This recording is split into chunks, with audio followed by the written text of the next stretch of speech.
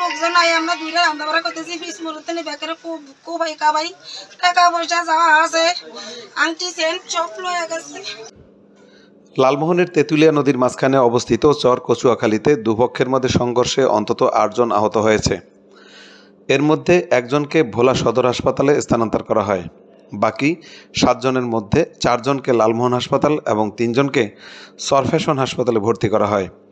আজ সোমবার দুপুরে চর কচুয়াখালীর রূপসী গুচ্ছ গ্রামে স্থানীয় আনিচুল হক এবং ফারুক সারেং গ্রুপের মধ্যে এই সংঘর্ষের ঘটনা ঘটে বলে জানা গেছে।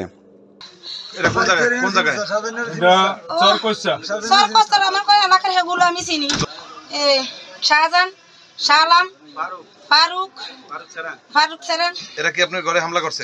এরা যায় আমার ঘরে যায় কুবাই ডাইরেক্ট কুবাই কাবাই ঘরটা মোবাইল টোবাইল টাকা পয়সা যেন যা আছে সব লয়ে গেছে সুকে সুকে ভাঙে চুরে। কেন এটা করলো? কেন করলো? আমরা একজন যায় কেন করছে এটা বলতে পারি না। আসুকার যায় এটা করছে।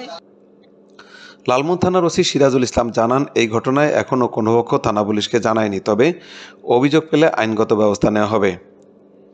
ঘটনার শিকার আনিসুল হক জানান, তিনি সপরিবারে ওই চরে বসবাস করেন এবং অন্যের কাছ থেকে প্রায় ৫ একর জমি ১ সোনা লিজ নিয়ে চাষাবাদ করে আসছেন।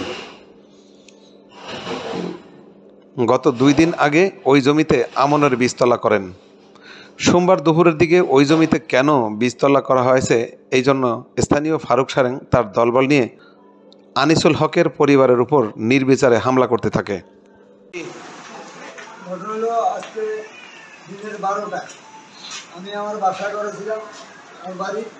আমার বাড়ি ফারুক সারেং, তারপরে আলামিন, শাহজাহান, তারপরে রাসেল, আব্দুল আলী, আরও অনেকে আসছিল, লোকযোগ আছিল ৩০ জনের ওভার। আমি ওর সমস্ত লোকের নাম জানি না। হামলার এক পর্যায়ে রূপসী গুচ্ছ গ্রামে অবস্থিত আনিচলের দখলে থাকা কয়েকটি ঘরে তছনছ চালিয়ে ভাঙচুর ও লুটপাট চালান ফারুক সারেংয়ের লোকজন। দেখেছি ওরা আমরা একের সময় ৩টা ঘরে ঢুকি, 3টা ঘরের ভিতরে আলমারি, সুন্দর, শোকেস, খাট, আলনা সব ভাঙি তছনছ করে টাকা পয়সা আমার যা ছিল সব নিয়ে গেছে। হামলায় আনিচুল হক, তার প্রথম স্ত্রী সুরমা, দ্বিতীয় স্ত্রী রিনা, ছেলে আরিফ, ছেলের বউ রিঙ্কু বেগম এবং মেয়ে লাইজু বেগম আহত হন। এর মধ্যে আরিফকে ভোলা সদর হাসপাতালে পাঠানো হয়েছে। এদিকে আনিসুল হকের এসব অভিযোগ অস্বীকার করে ফারুক সারেং জানান, ওই জমি তাদের। ওই জমিতে কোনো ধরনের চাষাবাদ করতে আনিসুল হককে আগ থেকে নিষেধ করা সত্ত্বেও সে জমিতে বীজতলা করেন। এ ব্যাপারে আনিসুল হককে জিজ্ঞেস করতে গেলে তার ছেলে মেয়েসহ পরিবারের লোকেরা দা এনে নিয়ে হামলা করে। এতে শিফন, মিলন ও জামাল নামের 3 জন আহত হয়। এদেরকে সরফ্যাশন হাসপাতালে ভর্তি করা হয়েছে। শরীফ, শ্বশুর, বোন, ভাই 3 বার। আমি জমিনে ধান পেলে আরো 3 দিন আগে